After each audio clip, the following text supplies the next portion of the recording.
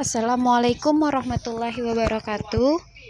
Kami dari kelompok 6 ingin mempresentasikan tentang Enterprise Risk Management atau ERM dan fungsi manajemen.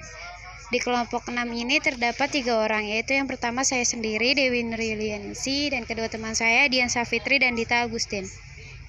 Enterprise Risk Management atau ERM adalah suatu tindakan yang komprehensif dan integratif untuk mengelola risiko kredit, risiko pasar, risiko operasional, dan transfer risiko dalam upaya memaksimalkan nilai perusahaan.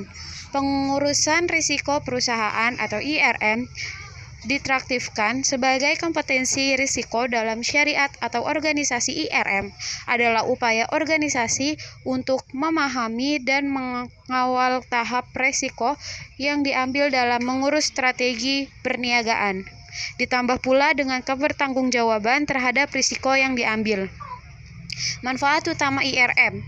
Manfaat utamanya yaitu untuk menambah perspektif dan memberi tumpuan kepada pengurusan risiko di semua garis syarikat. Model rangka kerja ERM adalah budaya korporat. Sekiranya syarikat tidak mempunyai budaya yang betul dan kepemimpinan yang kuat dalam pengurusan atasan, tidak ada unsur penting lainnya. Yang kedua yaitu ada pendekatan. Pendekatannya dibagi dua. Yang pertama ada pendekatan fragmentasi dan kedua ada pendekatan terintegrasi. Pendekatan terintegrasi adalah suatu pendekatan yang bertujuan untuk menjadi pembelajaran lebih menyeluruh dan mendasar pada paradigma pembelajaran yang holistik. Sedangkan pendekatan fragmentasi yaitu pendekatan yang mengambil hanya beberapa data dari satu tabel. Kemudian dalam suatu perusahaan, pendekatan fragmentasi ini tidak sangat direkomendasikan untuk mengelola risiko bisnis perusahaan yang ada karena mengandung bahaya yang sangat luar biasa. Makanya pendekatan terintegrasi lebih banyak digunakan oleh para perusahaan karena lebih efektif dalam mengelolanya. Selanjutnya yaitu fungsi Enterprise Risk Management atau ERM. Bertanggung jawab atas pengelolaan langsung risiko-risiko tertentu, mengordinasikan aktivitas manajemen risiko yang bertanggung jawab, akhir berada di fungsi-fungsi manajemen, dan selanjutnya melakukan pemantauan risiko menyeluruh untuk manajemen senior. Selanjutnya akan dibacakan oleh rekan saya, Dian. Untuk slide selanjutnya ada ERM yang efektif. Pada intinya adalah pengintegrasian dengan 3 cara. Pertama, ERM mensyaratkan pengintegrasian risiko organisasi. Kedua, ERM mensyaratkan pengintegrasian strategi transfer risiko. Ketiga, ERM mensyaratkan pengintegrasian manajemen risiko ke dalam proses bisnis perusahaan. Pengintegrasian ini tidaklah mudah. Bagi sebagian besar perusahaan, implementasi ERM membutuhkan inisiatif tahunan yang membutuhkan adanya dukungan berkelanjutan dari manajemen senior dan investasi dalam sumber daya manusia dan teknologi.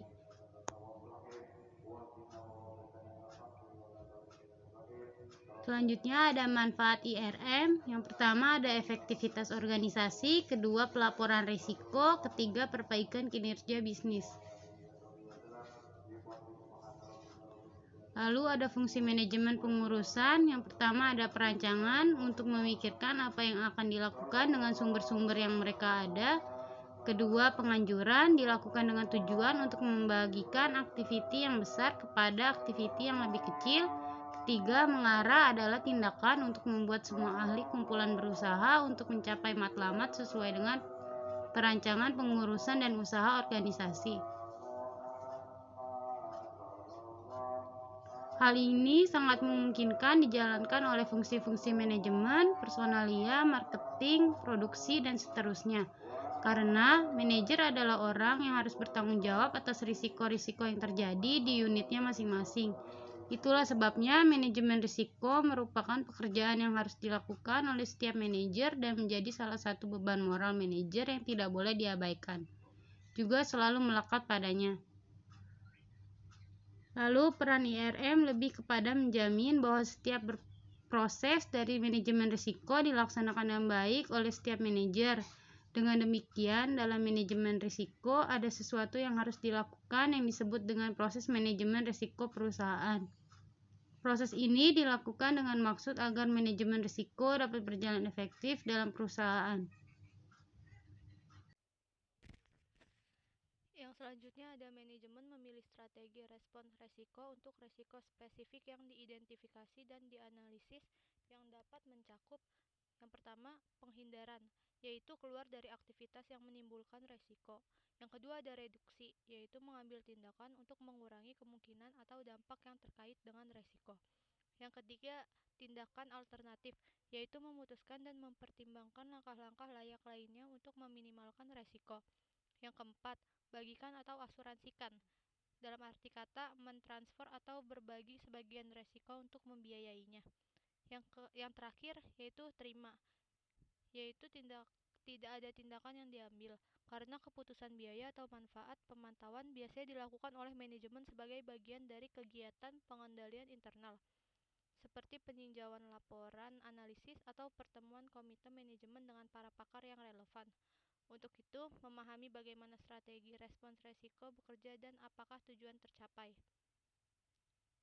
Yang selanjutnya ada jenis resiko dan contohnya meliputi 1. Resiko bahaya, 2. Tanggung jawab pengganti rugi, kerusakan harta benda, dan bencana alam. Yang ketiga ada resiko keuangan. Yang keempat ada resiko harga, resiko aset, resiko mata uang, resiko likuiditas, resiko operasional. Yang kelima ada kepuasan pelanggan, kegagalan produk, integritas, resiko reputasi, perburuan internal. Yang terakhir ada resiko strategis persaingan yaitu tren sosial dan ketersediaan modal. Slide selanjutnya yaitu proses manajemen resiko melibatkan 1. Menetapkan konteks. Ini termasuk pemahaman tentang kondisi saat ini di mana organisasi beroperasi pada konteks manajemen internal, eksternal, dan resiko.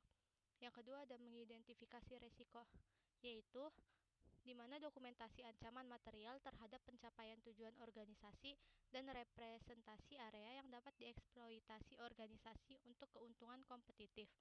Yang ketiga ada menganalisis atau mengukur resiko, yaitu termasuk kalibrasi dan jika mungkin penciptaan distribusi probabilitas hasil untuk setiap resiko material. Yang keempat ada mengintegrasikan resiko, termasuk dalam agregasi dari semua distribusi resiko yang mencerminkan korelasi dan efek portofolio.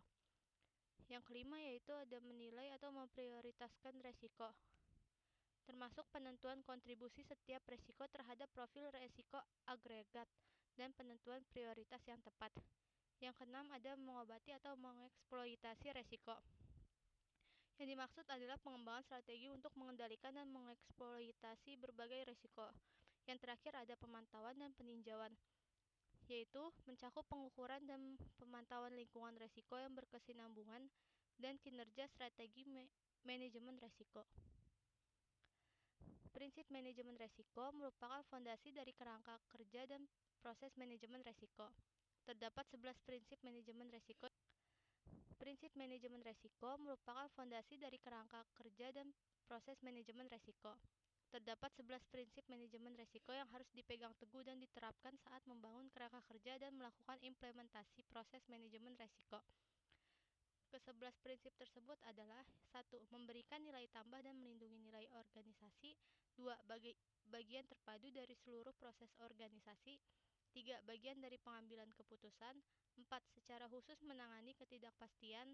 5. Sistematis, terstruktur, dan tepat waktu. 6. Berdasarkan informasi terbaik yang tersedia. 7. Disesuaikan dengan kebutuhan organisasi. 8. Mempertimbangkan faktor budaya dan manusia. 9. Transparan dan inklusif. 10. Dinamis, berulang, dan responsif terhadap perubahan. Dan yang terakhir, memfasilitasi perbaikan sinambung dan peningkatan organisasi. Sekian presentasi dari kelompok 6, kurang lebihnya mohon maaf. Wassalamualaikum warahmatullahi wabarakatuh.